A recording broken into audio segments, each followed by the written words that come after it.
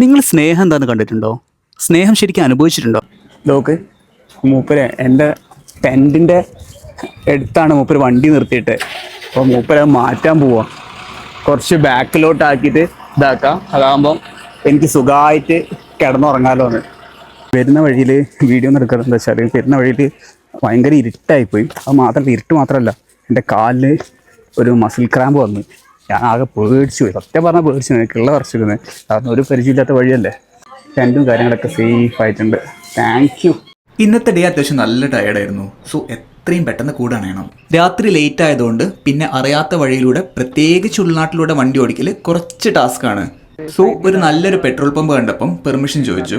പക്ഷെ മാനേജർ ഇല്ലാതിനെ കൊണ്ട് സ്റ്റാഫ് ചെറുങ്ങനെ ഒന്ന് പരിങ്ങി കടിച്ച്. पाँच मिनट रुको उधर आ रहा है, रुको कैसे? उधर उधर स्पीड सब आता नहीं आएगा, लेकिन फिर भी उसको जगह चाहिए सोने के लिए. वहाँ साइड में सो सकते हो क्या?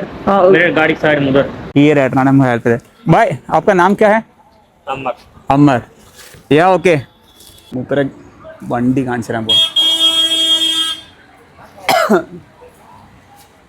ये आपका गाड़ी इसमें कैसे अंदर चलेगा क्या?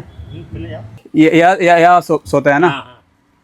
ओके. सोने के लिए अच्छा इसमें ऊपर पंखा है, कूलर है, नीचे नीचे नहीं यही है ये कूलर है. और एक पंखा ऊपर. हाँ फैन है. अच्छा अच्छा अच्छा. चार्जिंग है सब.